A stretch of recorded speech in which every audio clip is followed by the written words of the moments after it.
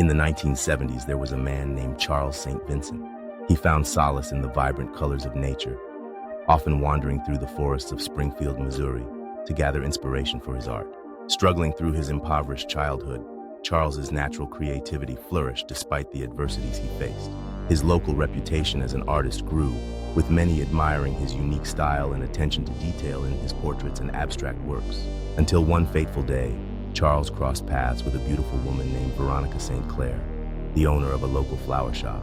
Enamored by Veronica's beauty, Charles decided to express his feelings through his art, creating a stunning painting as a gesture of his affection.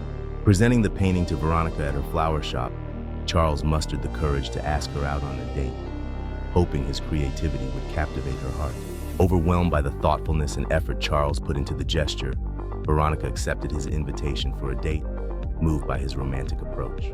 After going on a few dates, Charles thought it was appropriate to ask her to marry him, as it has been a few months of them seeing each other and everything was going very well. So well, in fact, that they seemed to never have any type of conflict or disagreement.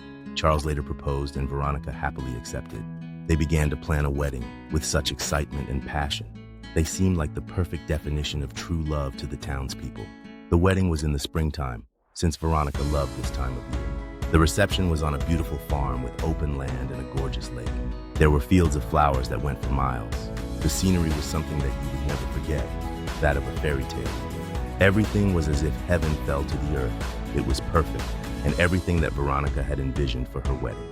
Almost all of Veronica's family was there, along with Charles and his immediate family. They all stood up watching her walk down the aisle. She was stunning, to say the least.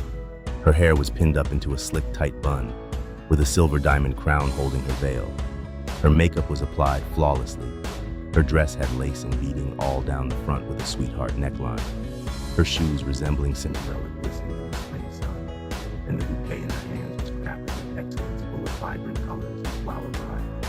After the party was over, Veronica and Charles both went on their way to their honeymoon.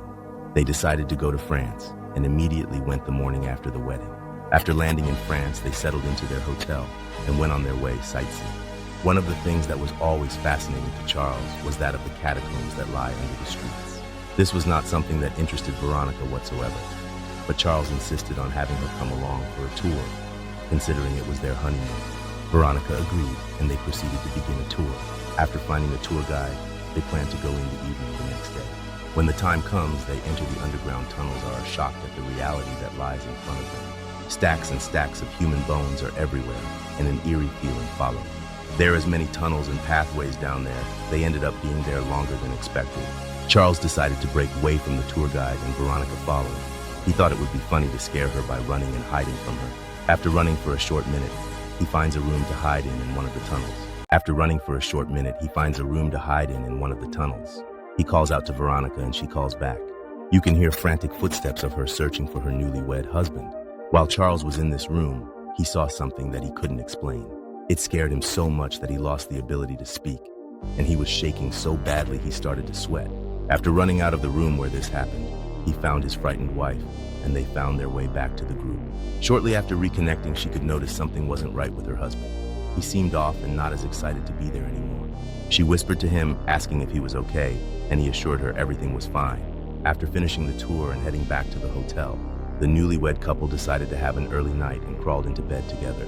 After a short conversation about the day, Veronica still insisted something wasn't right with Charles, but he brushed it off as if nothing was wrong. Although his body language and attitude were both telling tales that everything was not, in fact, okay. After falling asleep, Veronica was awoken abruptly by her husband on top of her violently. She managed to roll him over onto the floor. He proceeded with anger to grab one of the paintings that was on the wall in the hotel room. He smashed it over Veronica's head, knocking her over and leaving a big hole in the painting. After doing so, he stood there screaming while Veronica quickly took the painting and snapped the frame to use as a weapon. Charles seen what she was doing and charged at her. The anger and disgust in his eyes is nothing like she's ever seen from him before, as they never even had an argument. She takes the broken wood frame and stabs him in the neck while screaming and crying. He stood there shocked with his eyes bulging. The wood pierced his neck. After taking the wood out of his neck, Charles held it tightly with his hand while gargling on his own.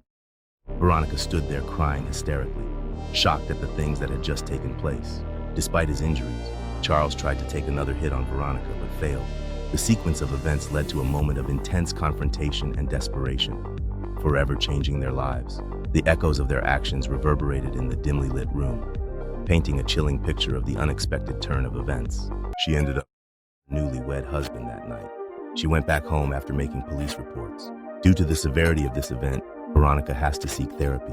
She has such bad trauma from this event, she wasn't able to function the way she used to, and has severe PTSD and anxiety.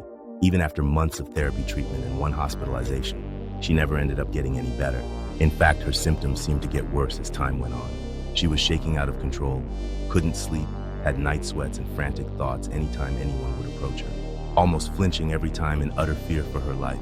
It turns out that Veronica was having severe psychotic hallucinations and never had a husband named Charles.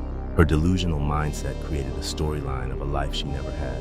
She was actually an artist who specialized in abstract art and portrait paintings before she started getting these delusions.